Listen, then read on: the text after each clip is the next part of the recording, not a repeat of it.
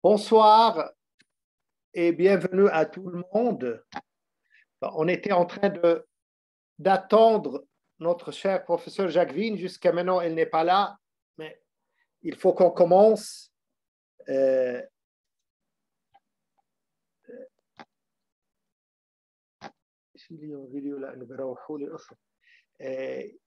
Et là, ça sera la dernière épisode sur Rabi'a. Quand j'ai commencé cette recherche, je n'avais pas l'intention de travailler ni de parler de Rabi'a, mais c'était à cause de l'absence de mon maître et cher professeur Pierre Laurie. Donc, j'ai été obligé de le remplacer. Mais toujours dans des recherches, on sait comment on commence et on ne sait pas où et comment on finit. Et là, il y a eu une bonne partie qui m'a pris une dizaine de jours sur l'impact de Rabi'a dans la mystique occidentale en général et française particulièrement. Et ça, je ne m'attendais pas qu'il y ait un impact assez clair dont on va parler aujourd'hui. Mais il aurait fallu revenir à des textes français qui datent du XIIIe siècle et du XVIIe siècle. Donc, c'est le français ancien. Il faut vraiment une traduction du français en français, orthographe différent et même beaucoup de choses différentes. Bref, vous allez voir et j'espère pouvoir exposer d'une manière en même temps succincte et claire. Et c'est ce sujet qui n'a pas été traité auparavant et qui est vraiment d'une importance au niveau des religions comparées et des mystiques comparés. Comme d'habitude, je vais parler en arabe et ensuite traduire en français. J'ai mis maintenant, aujourd'hui, pour changer un peu, les arabophones peuvent même suivre en lisant ce que je vais dire. إذا كنا بانتظار الدكتور جاكفيني يبدو أنه لم يحضر حتى الآن وهو كما عرفت في سفر بالقطار ومن الممكن أن يصل بين لحظة وأخرى. اليوم وكما سبق وشرحت نعود وهي الحلقة الأخيرة لهذا البحث الذي لم أكن أتوقع أن أخوض غماره، لا سيما وأنني كنت منشغلا ببحوث ومواضيع أخرى، ولكن تغيب أستاذي بيير لوري غير المتوقع اضطرني أن أحل محله وأن أتناول هذا الموضوع. واليوم هو القسم الأخير والذي لم أكن أتوقع أن يكون لرابعة هذا الصدى وهذا الأثر في التصوف الغربي عموما ولا سيما في الروحانية والفكر الصوفي الفرنسي. نعود أولا إلى ما رواه الأفلاكي، وهو كما سبق وذكرت مؤلف وكاتب صوفي من القرن الرابع عشر فارسي، كتب كتاب مناقب العارفين بالفارسية وهو حتى الآن لم نجد له ترجمة عربية، إذن أخذنا عن ترجمة بالفارسية. روى الأفلاكي وقال: ذات يوم رأى جماعة من الأصحاب رابعة وفي إحدى يديها نار وفي الأخرى ماء وهي تعدو مسرعة، فسألوها: إلى أين أنت ذاهبة وماذا تبتغين؟ فأجابت: أنا ذاهبة إلى السماء كي ألقي بالنار في الجنة وأصب الماء على الجحيم، فلا تبقى هذه ولا تلك، فينظر العباد إلى الله دون رجاء ومن غير خوف ويعبدونه على هذا النحو، ذلك أنه لو لم يكن ثمة رجاء في الجنة وخوف من الجحيم أفكانوا يعبدون الحق ويطيعونه. Donc là, je reviens à ce texte assez important d'un auteur soufi persan, donc qu'on a traduit du persan en arabe, et là, on va le traduire en français. Et à partir de ce texte, on va essayer de sonder et de voir l'impact de Rabia dans la mystique française et occidentale en général. Donc, Rabia, c'est Aflaki, c'est du XIVe siècle chrétien. Il a raconté sur Rabia ce qui suit. Un jour, un ensemble de personnes ont vu Rabia dans une rue, et elle avait dans une main un flambeau, donc du feu, et dans l'autre de l'eau, un récipient d'eau, un petit récipient d'eau. Et elle traversait la rue rapidement. Donc on lui a demandé, mais où allez-vous, chère madame, et qu'est-ce que vous cherchez à faire? Elle répondait, moi, je m'en vais au ciel pour mettre du feu dans le paradis et pour verser de l'eau sur l'enfer. Et comme ça, on en aura fini, soit avec l'enfer, soit avec le paradis, et ainsi les gens vont adorer Dieu sans espérer le paradis ni craindre l'enfer. Donc, parce que s'il y a vraiment pas ni paradis ni enfer, est-ce que les gens continueront à adorer Dieu? Donc voilà le récit, et on va passer à une chose importante, très importante, là, le récit lui-même, comment il a été déjà traduit en français, comment la mystique française a connu ce récit assez significatif. اللافت في هذه الرواية، إذا رواية الأفلاكي، أنه قبل الأفلاكي بنحو قرن روى جوانفيل هو مؤرخ القديس والملك لويس التاسع الذي جاء في حملة صليبية، الحملة السابعة إلى الشرق. روى حكاية مماثلة، ويحسن بنا أن نتوقف عند رواية جوانفيل السابقة لرواية الأفلاكي بقرن. من شأنها أن تفتح من آفاق وسيعة في مجال التصوف المقارن، ولما تتيحه من تلمس لأثر ما لروحانية رابعة وتصوفها في التصوف المسيحي. روى جوانفيل عن الأخ إيف من بروتون. الأخ إيف كان سفير الملك لويس التاسع إلى السلطان الأيوبي في دمشق، كان يتقن اللغة العربية. دونك جوانفيل يروي عن الأخ إيف. وبينما كانوا ذاهبين في من محل إقامتهم إلى قصر السلطان، رأى الأخ إيف الذي يعرف لغة السراسنة العرب امرأة عجوزا تمر بالشارع، وهي تحمل بيمناها وعاء يحوي نارا تشتعل وفي يسراها إبريق ممتلئ بالماء. فسألها الأخ إيف: ماذا تفعلين بهذين؟ فأجابته أنها عزمت على أن تحرق الجنة بالنار حتى لا يبقى منها شيء، آلت أن تطفئ الجحيم بالماء حتى لا يبقى منه شيء. فسألها: لما تفعلين ذلك؟ فأجابته: لأنني لا أحب أن أعود فأرى أحدا يصنع الخير طمعا بالجنة أو خشية من الجحيم، بل حبا بالله وحده القادر أن يصنع لنا كل خير ممكن. Donc là, j'étais en train de lire en arabe, que j'ai traduit, la version de ce récit que nous a apporté Joinville. Joinville, donc, c'était le compagnon et l'historien de Saint-Louis, du roi Louis IX. Il l'a accompagné dans le 7e croisée, là, donc en Orient.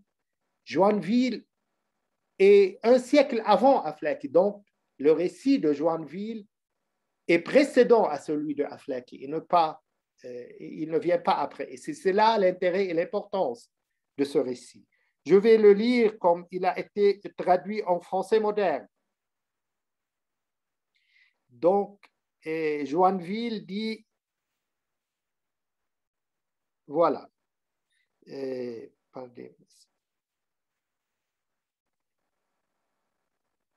frère Yves de Breton, de l'ordre des frères prêcheurs, donc les dominicains, qui savait le sarrasinois, c'est-à-dire qui savait l'arabe, la langue arabe. Tandis qu'ils allaient, il était à Damas et en mission envoyé par Saint-Louis au sultan de Damas, Ayoubide. Tandis qu'ils allaient de leur hôtel à l'hôtel du sultan, le frère Yves vit une vieille femme qui traversait la rue et portait à la main droite une écuelle pleine de feu et à la gauche une fiole pleine d'eau. Frère Yves lui demanda, « Que veux-tu faire de cela ?» Elle lui répondit qu'elle voulait, avec le feu, brûler le paradis et avec l'eau, éteindre l'enfer, afin qu'il n'y en eût plus jamais, ni enfer, ni paradis. Et il lui demanda, « Pourquoi veux-tu faire cela ?» Elle répond, « Parce que je ne veux pas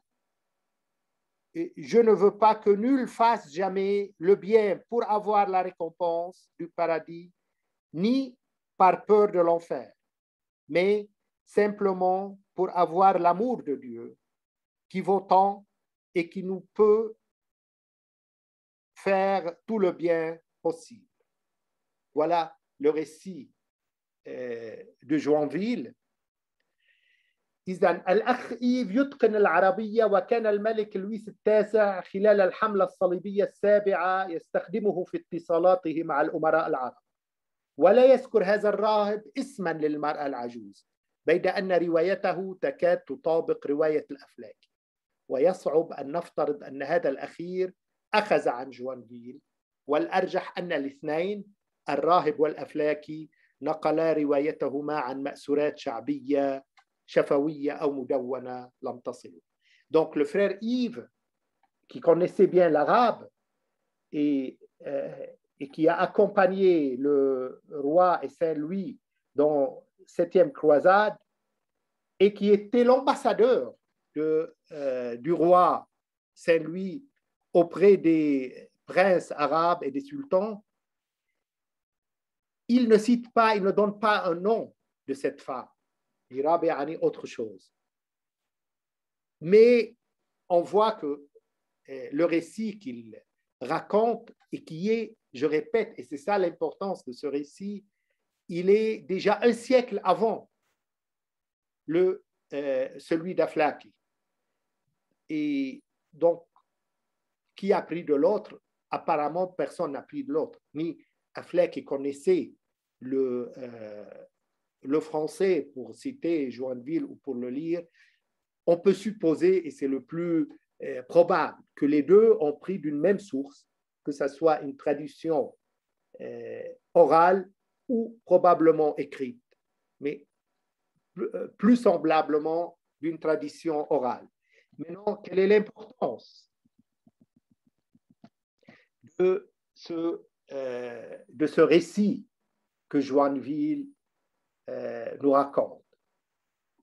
اللافت أن حكاية جوانفيل القصيرة هذه ستعرف في فرنسا مصيرا مدهشا يقودنا إلى عهد الملك الشمس لويس الرابع عشر وإلى سلفه لويس الثالث عشر ووزيره الكاردينال ريشيليو.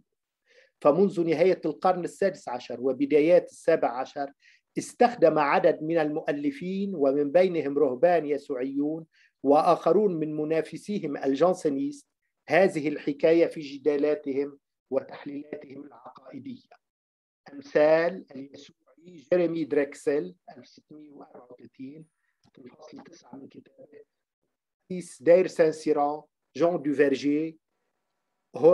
دوفيرجي هوران، وبعضهم رسم لوحة لها. Donc, un récit aussi court, mais on va voir qu'il y a eu un retentissement considérable en France et en Occident. Ça nous ramène donc au règne du roi Soleil, Louis XIV, qui a régné entre 1643 et 1715, et aussi à son antécédent, c'est Louis XIII, et son ministre assez célèbre, le cardinal Richelieu. À partir donc de la fin du XVIe siècle et les débuts du XVIIe siècle, plusieurs auteurs ont utilisé ce récit.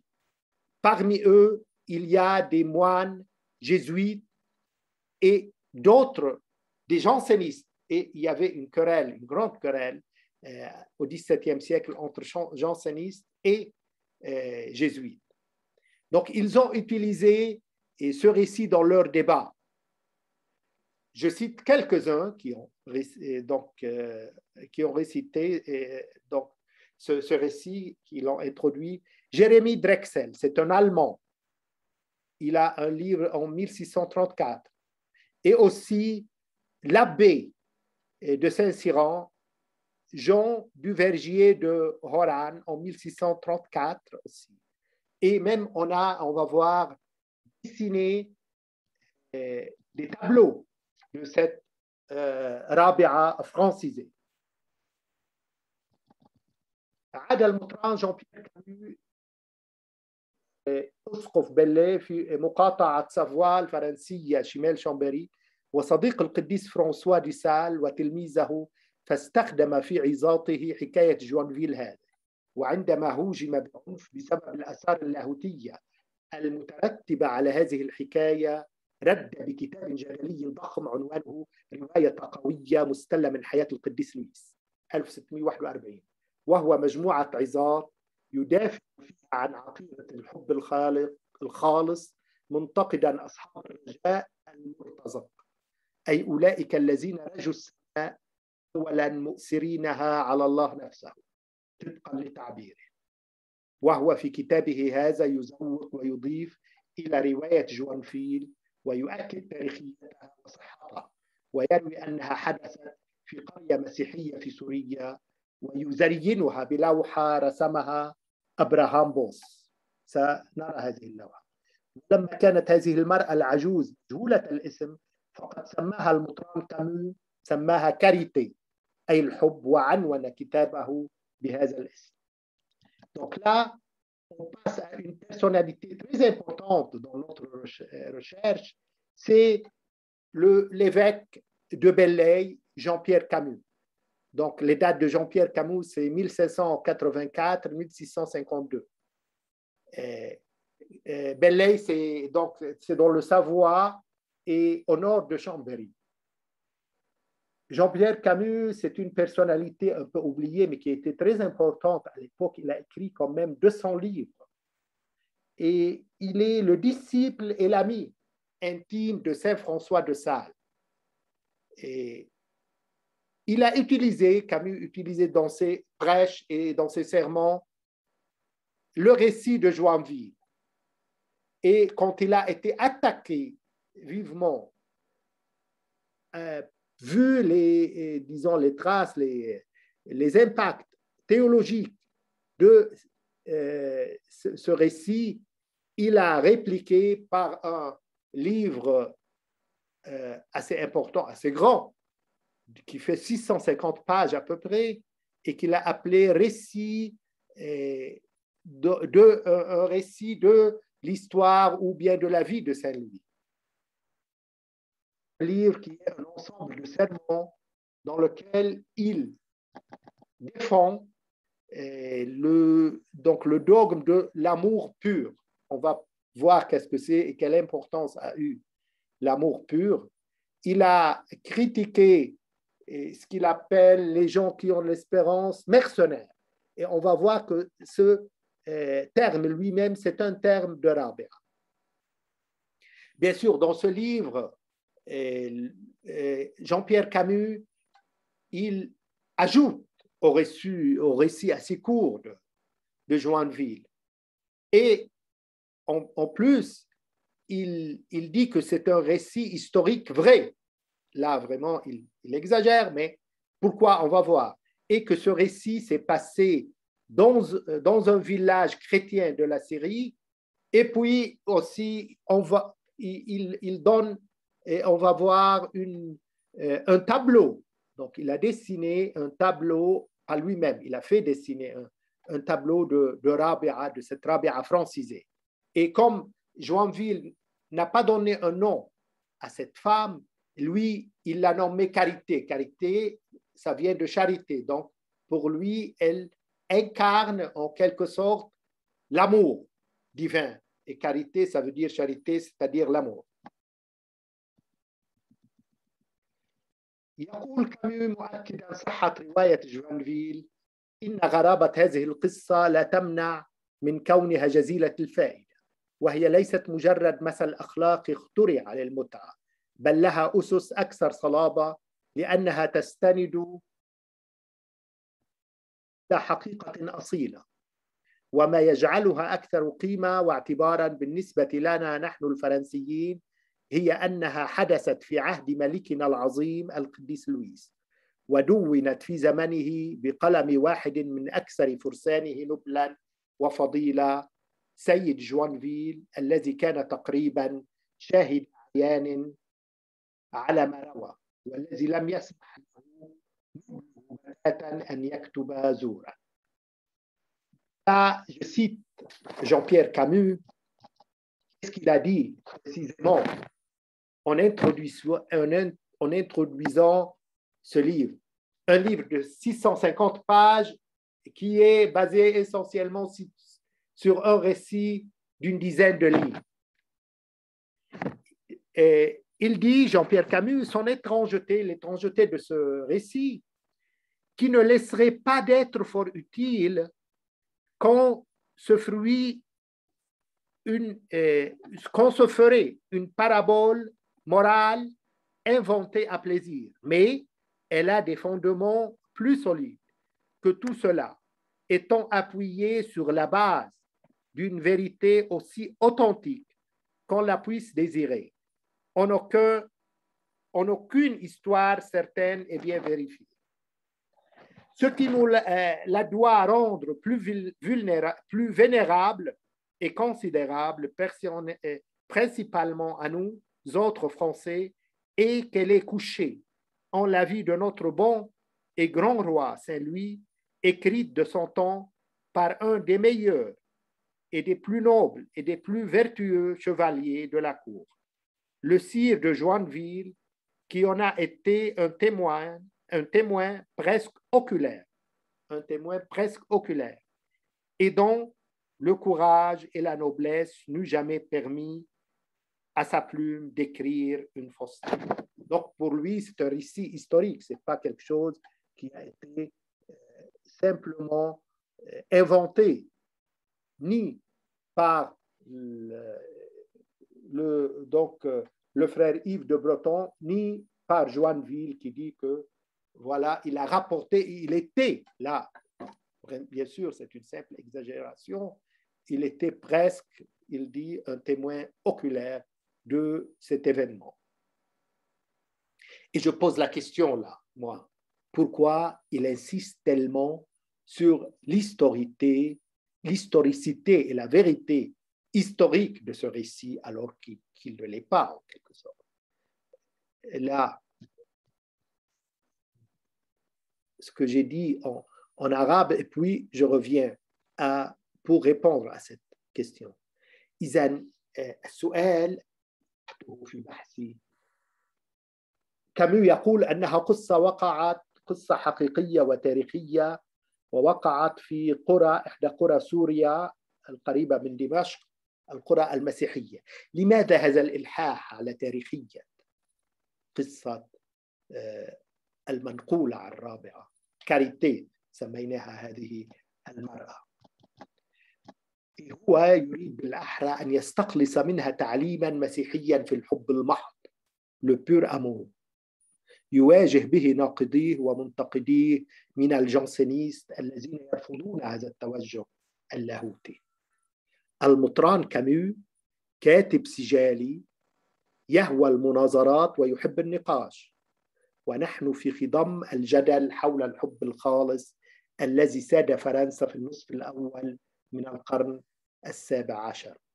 وتيار الحب الخالص تزعمه يومها معلم كاميو وصديقه سبق وتحدثنا عنه القديس فرانسيس السالزي، الذي ولد سنة 1567 وتوفي سنة 1622، وهو صاحب شعار عن جنة الله بل بالحري عن إله الجنة. هذا تقريبا تعليم رابع العدوية عينه. Donc là, pourquoi Jean-Pierre Camus a insisté tellement sur l'historicité de ce récit, de cet événement? Bien, il a voulu, en quelque sorte, dégager de ce récit un enseignement, catéchisme chrétien, sur le pur amour. Et par cet enseignement, il pourra faire face à ceux qui le critiquaient, aux jansénistes essentiellement, qui refusaient ce courant théologique. Et Jean-Pierre Camus, le monseigneur, l'évêque de Belley, c'était essentiellement un écrivain qui aime les débats et les controverses. Et à partir de là, on est essentiellement au milieu de ce grand débat sur l'amour pur qui est, donc, dont la France était en quelque sorte le théâtre, et au milieu de la première moitié du XVIIe siècle. Ce courant de pur amour, il était en quelque sorte déjà le grand, celui qui l'a essentiellement représenté et qui l'a promulgué, c'était le maître de Jean-Pierre Camus, Saint François de Sales. Saint François de Sales, il est né en 1567, il est décédé en 1622. Et c'est lui qui avait comme slogan « Chercher non pas le paradis de Dieu, mais le Dieu du paradis ». C'est presque l'enseignement de Rabia. Regardez jusqu'à quel point ça colle, les deux enseignements. وكامو المدافع الشرس عن المفروض عليه وتعليمه القديس فرانسيس السالزي وجد، ووفقا للتعبير مؤرخ الفكر الديني الفرنسي هنري بريمون عند جوانفيل مؤرخ القديس لويس، قصة رائعة ورمزا حيا يجسد لاهوت الحب الخاص، ألا وهي حكاية الأخ إيف من بريطان مع المرأة العجوز الآنفة الذكر. ويتوسع كامو في حكاية المرأة العجوز التي سماها كاريتي، ويضيف إليها من عندياته فيجعلها تقول، وهذا ننتقل إليه. إذن donc Camus, c'était un grand défendeur de l'enseignement de son maître et ami intime, Saint François de Sales. Il a trouvé, comme dit Bremont, qui est un grand historien de la pensée religieuse française, il a trouvé chez Joinville, l'historien de Saint-Louis, un récit très beau et qui est un symbole vivant qui incarne la théologie de l'amour pur. C'est donc le récit qu'a raconté le frère Yves de Breton sur cette vieille femme dont on a parlé d'ailleurs. Et là, bien sûr, Camus, pour faire un livre de 650 pages, il faut ajouter, il a beaucoup d'ajouts. Donc, il a ajouté beaucoup de détails et il a nommé, comme je viens de le dire, cette femme Carité. Et même le nom Carité, c'était le titre de son livre. Et on va lire quelques lignes de ce qu'il nous a raconté sur elle. إذا ماذا يقول؟ يضيف بالطبع إلى هذه الحكاية كي يكتب كتابا من 650 صفحة من مستندا إلى حكاية لا تتجاوز الأسطر القليلة، طبعا هناك إضافات عديدة يجعلها تقول مثلا هذه المرأة إذا صارت عمد، إذا شئنا إذا صح التعبير، ونصرنا رابعة وجعل اسمها كاريتي، وهو لم يكن يعرف لأن جوانفيل لم يذكر اسما لهذه المرأة. يجعلها تقول بهذه الشعلة أي كاريتي: أود أن أضرم النار في الجنة فأحولها إلى رماد فلا يعود أحد يتحدث عنها، وهذه المياه سأسكبها على لهب الجحيم فلا يكون هناك المزيد من العذاب والخداع في ذاك المكان التعيس، ويصير الله من الآن فصاعدا محبوبا ويخدم حبا بذاته دون خنوع ولا ارتزاق، وبطريقة نقية ولا نفعية، بحيث لا يعود الخوف من الجحيم هو ما يجعلنا نحجم عن اقتراف الخطيئة، بل حب الله، ولأنها تسيء الخطيئة إليه، ونتكرس بالتالي للأعمال الصالحة دون أن يكون هدفنا الأساسي الثواب بل مجد الله ومرضاته. هذا الفكر الذي نجده عند رابعة وما ينقله جان بيير كامو هنا يذكرنا بفعل الندامة المختصر، وهو من وحي تعليم رابعة وكأنه من كلماتها. فعل الندامة المختصر: يا ربي وإلهي أنا نادم من كل قلبي على جميع خطاياي، لا طمعا بالنعيم ولا بغضا بالجحيم لكن حبا بك آمين. هذا تحديدا ما كانت تقوله رابعة، وتدعو إليه أن نحب الله ونعمل الخير لا طمعا بالنعيم ولا بغضا بالجحيم لكن حبا بالله، إنه الحب الخالص، وهذا ما سنتوسع به أيضا. Donc là, je suis en train de citer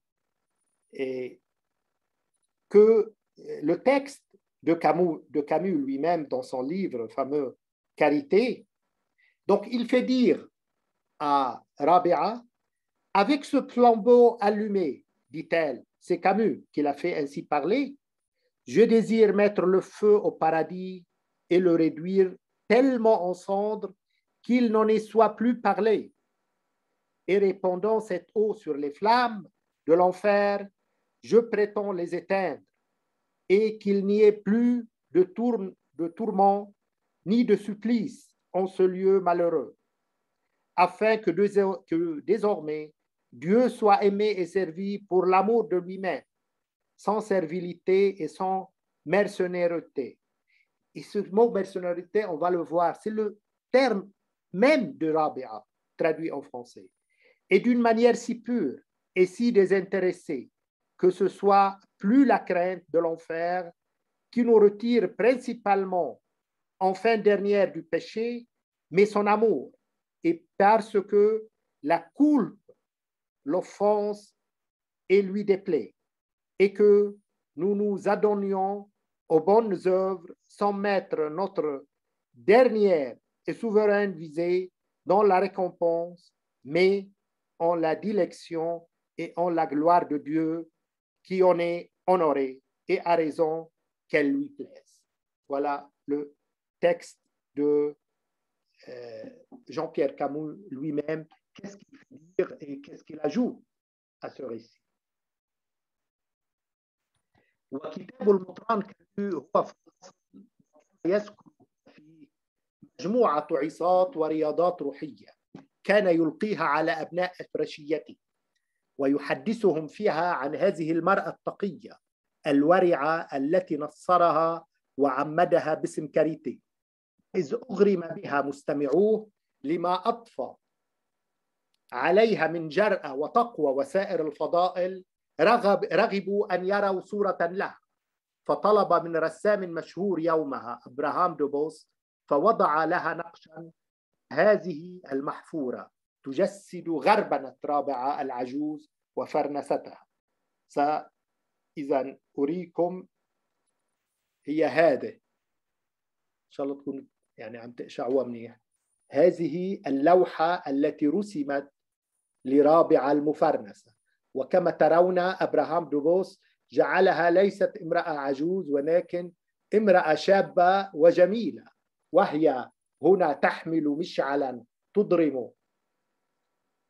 تضرم النار في السماء وفي الغيوم، كما تحمل إبريق ماء كبير أو جرة ماء تطفئ فيها لهب الجنة. صارت فيها هذه الأخيرة امرأة شابة تقف وعيناها منتشرتان تضرم النار في الغيوم بمشعلها وتصب المياه على جهنم لتطفئ نارها. ويتابع المطران كامو فيقول أنه عندما مر عدد من خصومه بمقر أبرشيته قلنا في بلاي ووقع نظرهم على لوحة كاريتيه صارت قديسة، كاريتيه اللي هي رابعة، وجهوا إليه شتى التهم مثل انتهاك المقدسات والمعصية وإلغاء كل أسس الدين وتدمير الجنة، فقرر أن يرد على هذه المعارضة ويسحقها، فنشر كتابا من 56 صفحة جمع فيه عظاته العديدة في موضوع كاريتيه والحب الخالص. كتاب نجد فيه نواة الجدل الذي سيحتدم لاحقا بين بوسويه وفينيلان كما سنرى في الموضوع عينه. Donc, là, le livre du Monseigneur Jean-Pierre Camus était à l'origine un ensemble de sermons, un ensemble de prêches qu'il donnait dans son église et essentiellement dans son diocèse.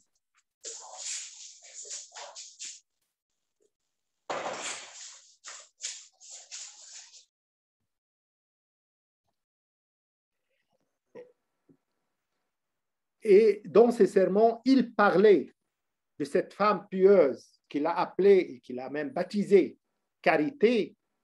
Et les gens, les auditeurs, tellement ont été enthousiastes et ont aimé cette femme qu'ils ont voulu voir un tableau qui la représente.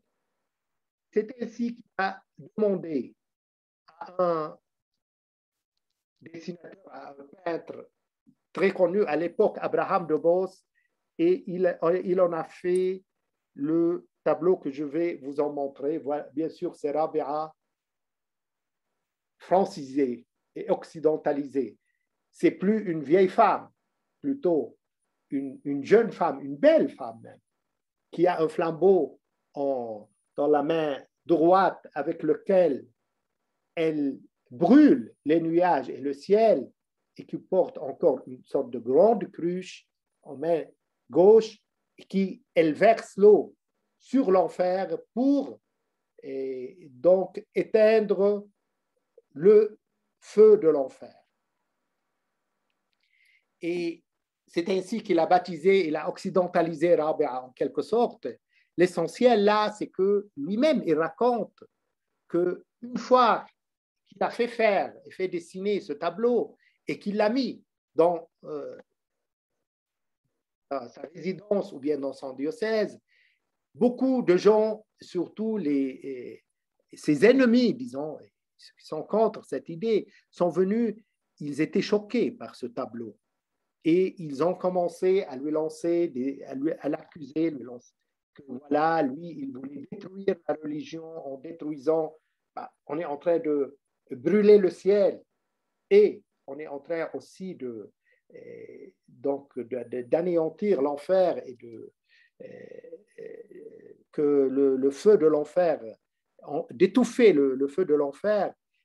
Plusieurs accusations ont été avancées et à ce moment, pour répondre à ces gens, il a écrit ce livre de 650 pages dans lequel qu'il a intitulé Charité, donc c'est le nom de cette femme qu'il a donné à cette femme. Et donc c'est l'ensemble de ses oraisons, de ses prêches et de ses sermons. Et dans ce livre, l'importance de ce livre, malheureusement, il n'a pas été réédité. On trouve le noyau de cette dialectique et de ces controverses qui vont se faire entre Bossuet et Fénelon. Là, on va en parler quelque peu parce que c'est important. يبقى أن البطلان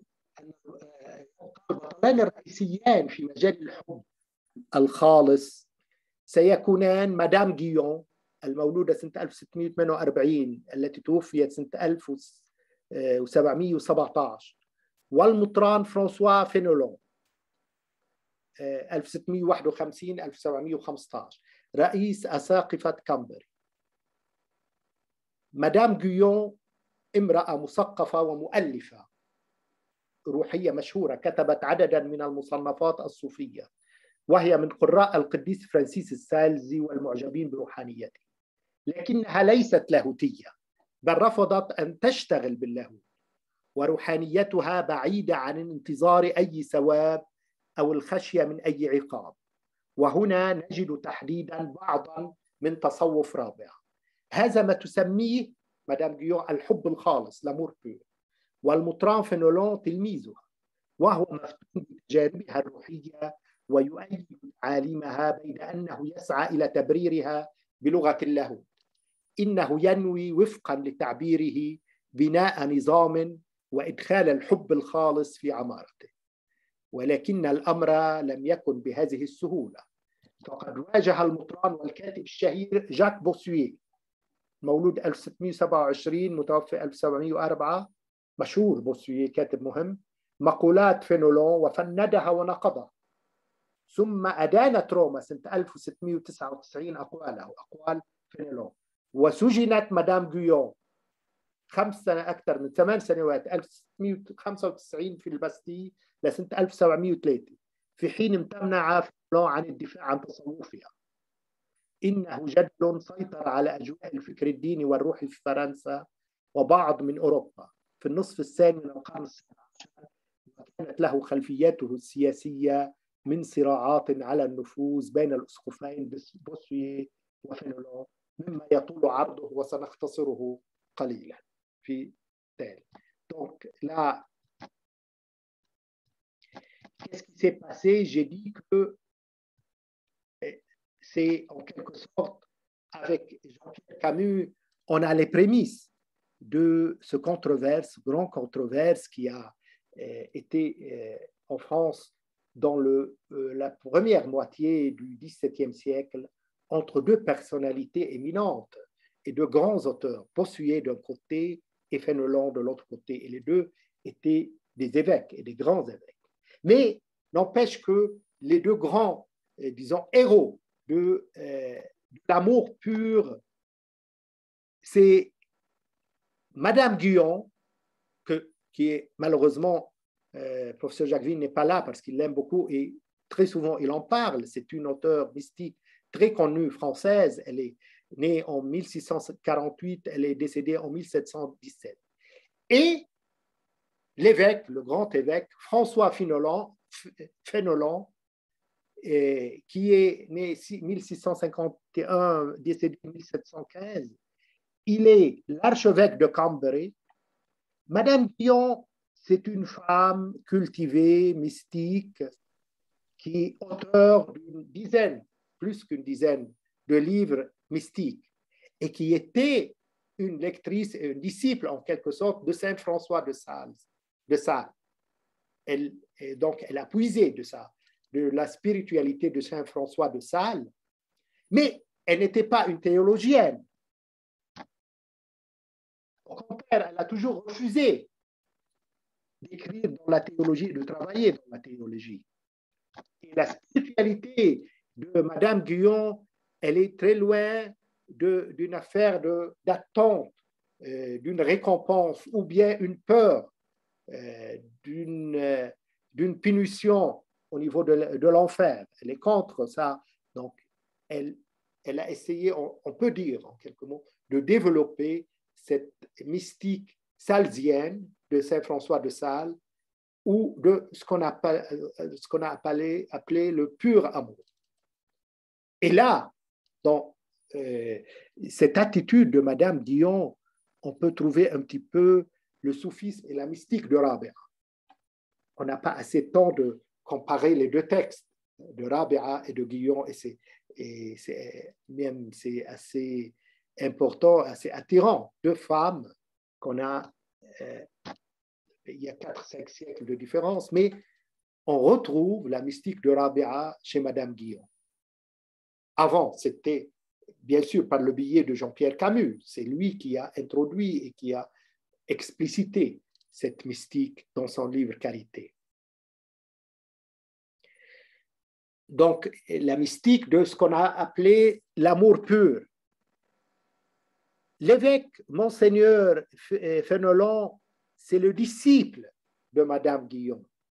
Il est très, en quelque sorte, il l'a rencontré, il était très fervent pour sa mystique et surtout ses expériences spirituelles. Et il appuyait les enseignements. Lui, donc, qu'est-ce qu'il a voulu faire?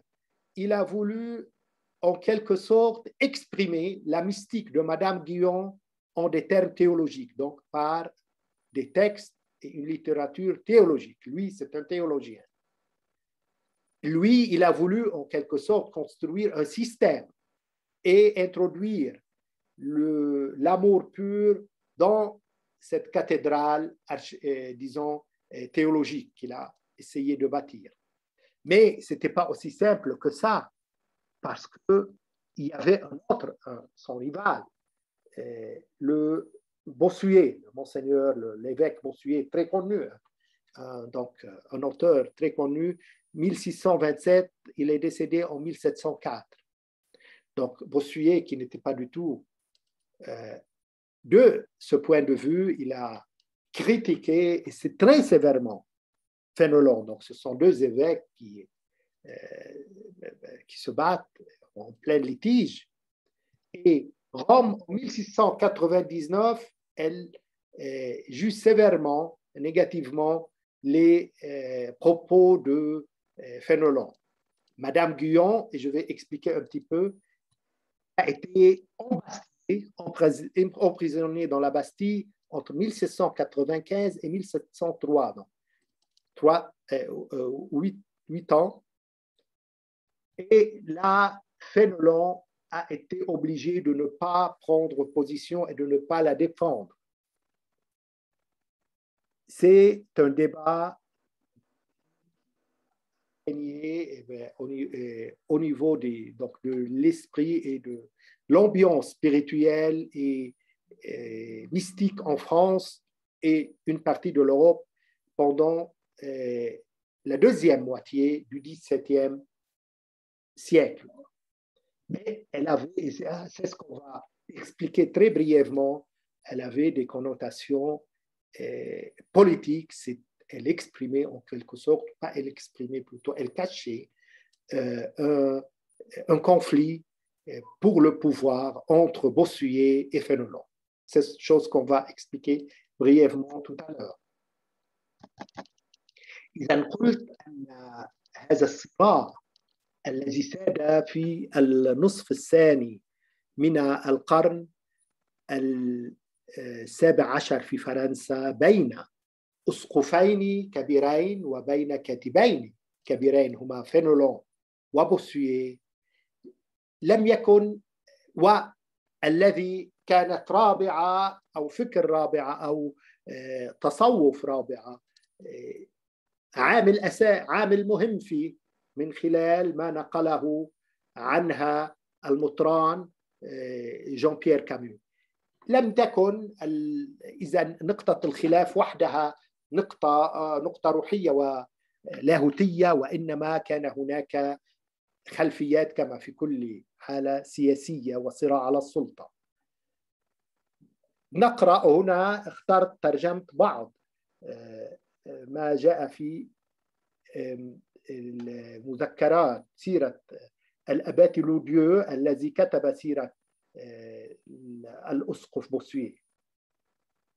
هكذا يجد بوسويه نفسه، يقول الأبات لوديو، في صراع مع زميله المطران فينولون تلميذ مدام جيون المتهمة بالسكينية كيتيسم. سكنية مذهب أسسه مولينوس وأدانته روما، ويقول إن الحب الإلهي يوصل إلى الفناء بالله بيسر، ويولد في النفس سلاما مطلقا يغنيها عن العبادات أو أي طقوس أخرى. هذا مجال لشرحه طويل. تسقط العبادات، وسنرى أن مدام جيون لم تقل ذلك، وإنما اتهمت هذه التهمة. ماذا يفعل إذن؟ بوسويه يلاحق خصمه عند الملك ومع البابا فئة، فيعمد لويس الرابع عشر إلى نفي رئيس أساقفة كامبري فينولون، في حين يدين البابا إرضاء للملك لويس الرابع عشر كتاب فينولون حكم القديسين لماكسيم دي سان، وفيه يؤيد هذا الأخير عقيدة حب الله لذاته من دون أي خليط من ذلك الخوف الذي يكون دليل. ويستخدم بوسويه كل الوسائل المتاحة له لتشويه سمعة فينولون. ومدام جيون التي سجنت في الباستيل مدة 5 سنوات، ويصر على أن التكرس ديفوسيون المعقول ريزونابل يجب أن يمر عبر السلطة الزمنية، في حين تعلم مدام جيون مسارا مباشرا من القلب إلى القلب. وكانت اتهامات أساسية لا أساس لها من الصحة. لم تعرف مولينوس مؤسس مذهب السكينية ولا مؤلفاته، وتهمة السكينية لم تكن سوى مجرد ذريعة. أما السبب الرئيسي لهذا النزاع والجدل المحتدم فصراعات على النفوذ في البلاط الملكي، ولا سيما أن فينولون كان مربي دوق بورغون، يعني كان مربي ولي العهد. إذن صراع على السلطة تغلف بصراعات وفكرية، ونحن نحاول أن نستجلي دور تصوف رابعة في هذا المجال. Donc là, qu'est-ce qui s'est passé entre Fénelon et Bossuet? Comme j'ai dit, je vais lire un petit peu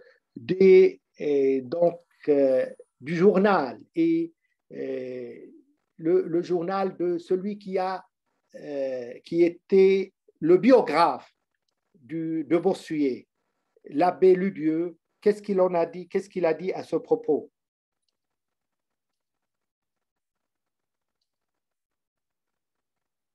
Donc, étant donné que c'est important, là, je tiens à lire le texte dans son état d'origine.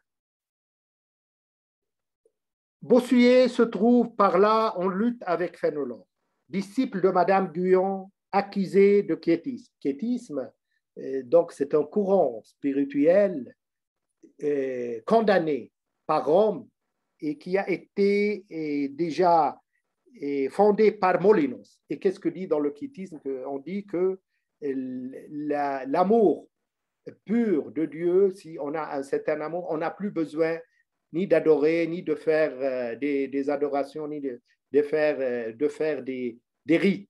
Et là, bien sûr, aucune rite, c'est contre la religion, disons, traditionnelle et catholique romaine. Et on a accusé, et vous allez voir, Madame Guyon d'être quiétiste. Elle ne l'était pas, elle ne connaissait pas du tout ce courant. Donc, il poursuit, Bossuet poursuit son adversaire, qui est le Monseigneur Fénelon, à la fois auprès du roi, qui disgracie et exile l'archevêque de Cambrai Fénelon, et auprès du pape, qui, pour faire plaisir au Louis XIV, condamne les maximes des saints. C'est un livre de Fénelon dans lequel Fénelon soutient la doctrine de l'amour de Dieu pour lui-même, sans aucun mélange de cette crainte que les théologiens appellent servile. Bossuet utilise tous les moyens possibles pour discréditer à la fois Fénelon et Madame Guyon. Madame Guyon sera enfermée à la Bastille pendant 5 années. il soutient que la dévotion, toujours raisonnable, c'est-à-dire Bossuet, toujours raisonnable, doit passer par l'autorité temporelle, alors que Madame Guyon enseigne un chemin direct de cœur à cœur. Les accusations de quiétisme étaient sans fondement. Madame Guyon, ne connaissant pas Molinos, le fondateur du quiétisme, ni son œuvre. Le quiétisme a été un prétexte dont les ressorts étaient bien plutôt des luttes d'influence et le fait que Fénelon était le précepteur du duc de Bourgogne. Donc, essentiellement, c'était une lutte pour voir Fénelon était donc celui qui était chargé de l'éducation du dauphin, et bien sûr ça ne plaît à Bossuet, et cette lutte et ce controverse théologique cachait en quelque sorte une lutte pour le pouvoir. Et bien sûr, on a parlé de ça que pour un petit peu expliciter l'importance de cette mystique de Rabia qui a été prêchée d'abord par l'évêque Jean-Pierre Camus. ونكتفي في هذا الصدد بالإشارة إلى الأثر الحاسم لكاميو أسقف بيلي ورابعة التي عمدها باسم كاريتي في فكر فينولون ولاهوته.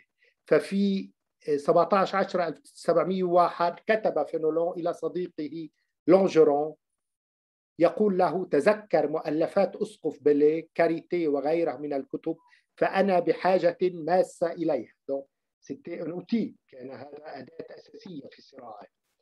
كما كتب فينولون إلى خصم بوسويه في ذروة الجدل والصراع الفكري بينهما، يقول فينولون: إن مطران بيلي يعني جون بيير كامو وصديق القديس فرانسيس السالزي الحميم اتهم منذ سنة 1639 وحتى 1642 أنه يعلم الوهم تحت مسمى الحب الخالص، وقيل له تقريبا ما تقولونه لي، وجرى التأكيد على أنه شاء أن ينسي الناس الجنة والجحيم وأن يخنق الأمل والخوف في آن حتى يقوض أركان الدين، ولكن وبعد جدل طويل ساد مذهبه.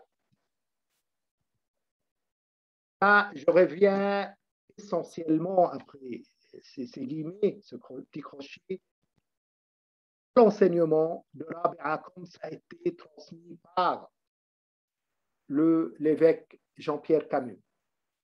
Et là, je signale l'impact décisif de Camus, l'évêque de Belley, et par la suite de Rabia, qu'il a baptisé en Charité, l'influence et l'impact dans la pensée mystique de Fénelon et dans la théologie de Fénelon.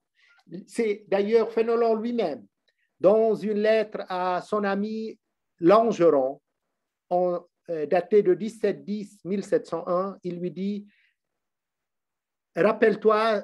rappelez-vous s'il vous plaît des œuvres de l'évêque de Belley, surtout son livre Charité et d'autres livres. J'ai grand besoin de ces livres, envoyez-les-moi. Donc là, un premier signe de cette influence. L'autre, là, je cite aussi Fénelon qui écrit à Bossuet, en quelque sorte son rival. Il dit à Bossuet, l'évêque de Belley, c'est-à-dire Jean-Pierre Camus, écrivait Fénelon à Bossuet, ami intime, donc l'évêque Camus, ami intime de Saint François de Sales, fut accusé depuis 1639 jusqu'à 1642 d'enseigner l'illusion sous le nom du pur amour. On lui disait presque ce que vous me dites. On assurait qu'il voulait faire oublier le paradis et l'enfer, étouffer l'espérance et la crainte, enfin saper les fondements de la religion. Et il conclut, la Fénelon conclut dans sa lettre à Bossuet, après une longue controverse, sa doctrine prévalut. Donc, voilà, en quelques mots, bien sûr, on aurait pu, mais on n'a pas le temps, de comparer les textes de Fénelon et essentiellement les textes de Madame Guyon avec les textes qu'on a de Rabia, et chose qu'on va faire très brièvement dans cette dernière partie de mon exposé. إذن بالطبع هذا لا يغني عن مقارنة بين نصوص مدام جيون ورابعة، وهذا ما سنفعله في هذا القسم الأخير من هذه المحاضرة. شطح عند رابعة واستنادا إلى ابن خلدون الشهير بما نقله عن رابعة. يعرف ابن خلدون الشطح كما يلي: وأما علم المكاشفة الذي هو ثمرة المجاهدات ونتيجتها فلم يكن سبيل إلى الخوض فيه، وقد حذر القوم رضي الله عنهم من إيداعه الكتب والكلام في شيء منه، إلا ما يدور بينهم من المفاوضات على سبيل الرمز تمثيلا وإجمالا، ولا يكشفون لغيرهم شيئا من معانيه علما لمقصور الأفهام عن احتماله، أي أن يصعب فهمه على العامة. هذا الشطر. وإن صدر عن أحد منهم كلمة من ذلك على سبيل الندور سموه شطحا، بمعنى أن حال الغيبة والسكر استولت عليه حتى تكلم بما ليس له الكلام به. Donc, là, j'ai introduit un petit peu la notion du chatre qui est le paradoxe, en parlant de Ben Khaldoun, un très grand savant arabe qui est connu même en Occident par sa sociologie. Il définit le chatre que c'est en quelque sorte, mukashafa, c'est-à-dire quand Dieu se révèle, une certaine révélation, après des efforts, des grands efforts faits par le mystique ou la mystique. Et là, il voit des choses que normalement il ne révèle pas, parce que les gens ne peuvent pas comprendre ces révélations, c'est des paradoxes. Mais s'il arrive qu'il révèle quelque chose, on dit chata, c'est des paradoxes, des mots paradoxaux, et on ne les accuse pas parce que c'est en quelque sorte une certaine ivresse. Et en cas d'ivresse, il parle. رابعة العدوية من الصداقين إلى الشطح. وابن خلدون في نصه الآنف عن الشطح عند الصوفية ينقل أولا شطحة البسطامي الآنفة الذكر، ويتبعها مباشرة بشطحة لرابعة تقول: لو وضعت خماري على النار، نار جهنم، ما بقي بها أحد. Donc, justement, Rabia, elle était une des pionniers du chatre. Et Ibn Khaldoun lui-même, dans ce texte, il cite les chatra de Bistami, comme on a dit autrefois, Subhani ma'azama shani, c'est-à-dire gloire à moi, et ça se dit que pour Dieu, comme je suis grandiose, comme je suis grand. Et il cite un paradoxe de Rabia dans lequel elle dit: si je mets ma voile, mon voile, le voile, sur l'enfer, il n'y aurait plus même aucune personne à l'enfer. Et là, ça rejoint un petit peu le récit qu'on a raconté de Carité, sur Carité et sur Rabia. Donc, si je mets mon voile, en quelque sorte, elle anéantit, elle efface l'enfer. هذه الشطحة الرابعية تأتي في سياق عينه للرواية التي نقلها عنها الأفلاكي، والتي كما ذكرنا عرفت مصيرا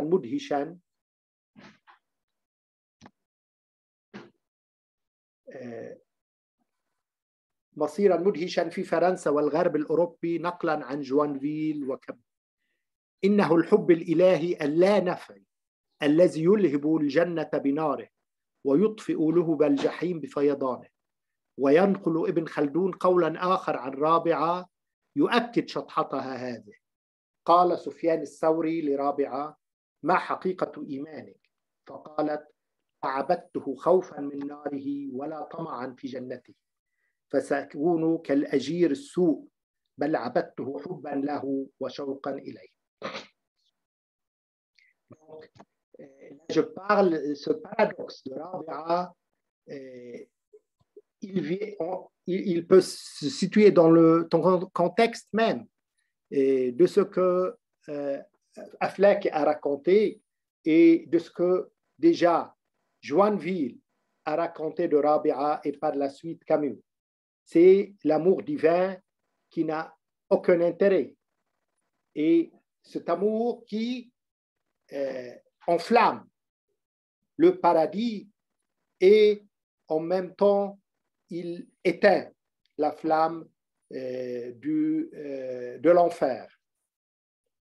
Et Ibn Khaldoun lui-même, il rapporte de Rabia une autre chose, une autre parole qui, en quelque sorte, appuie cette mystique de Rabia.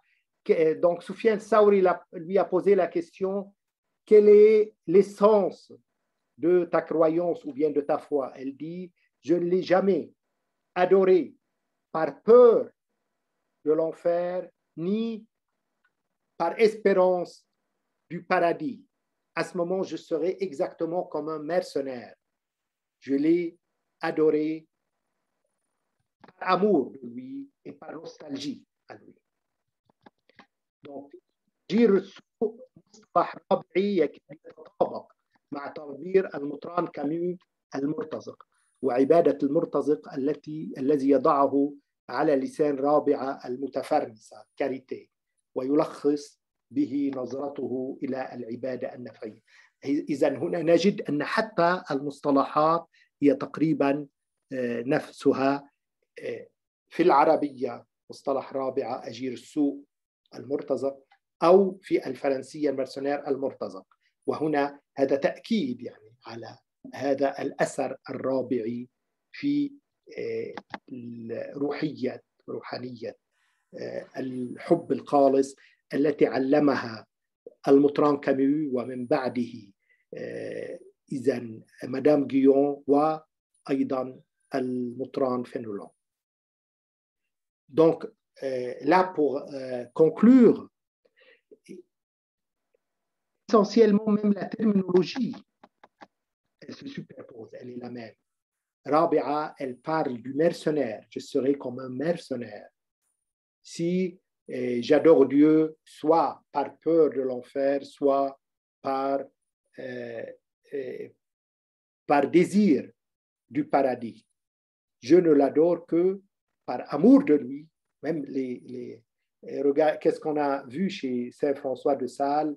On a vu son terme et la formule qu'il a dit. Donc, pas le Dieu du paradis, Dieu du paradis et pas le paradis de Dieu, il voulait. C'est presque les mêmes termes et surtout, comme on a dit, c'est cet amour de mercenaire. On voit chez Jean-Pierre Camus le même terme qu'Arabia a dit, donc un amour de mercenaire ou bien celui qui veut, qui cherche le paradis pour un intérêt spécial et non pas pour l'amour de Dieu. Agir sous en arabe et mercenaire en français, c'est une terminologie de Rabia qu'on la retrouve presque la même chez Jean-Pierre Camus. Et l'adoration d'un mercenaire que Jean-Pierre Camus met dans la bouche de Rabia, francisée, c'est-à-dire carité, par ce terme il résume en quelque sorte sa mystique de l'amour pur. Et là où on voit cet impact décisif de Rabira à travers Jean-Pierre Camus dans Madame Guyon et dans le Monseigneur l'évêque Fénelon. J'ai essayé bien sûr de tout réduire, on pourra parler pendant des heures, surtout si on compare les textes de Madame Guyon et de Rabia. C'est un long travail, mais au moins symboliquement, pas symboliquement, d'une manière assez significative, j'ai pris quelques terminologies des deux côtés qui certifient, qui confirment cet impact de la mystique de Rabia et comment ça s'est passé dans la mystique française du XVIIe siècle, de Madame Guyon et du Monseigneur Fénelon. وهكذا ننهي هذا العرض. Donc voilà, bonjour professeur Jacqueline. Oui, m'excuse, donc il y a eu des problèmes de connexion. Voilà, hein, je suis revenu à Paris là aujourd'hui des Alpes. Voilà. Et puis, mais enfin, j'ai finalement réussi à me brancher sur l'ordinateur de quelqu'un d'autre. Voilà. Ok, donc là, j'ai terminé. Et espérons que déjà, on a commencé un peu tard en t'attendant. Oui. Et là,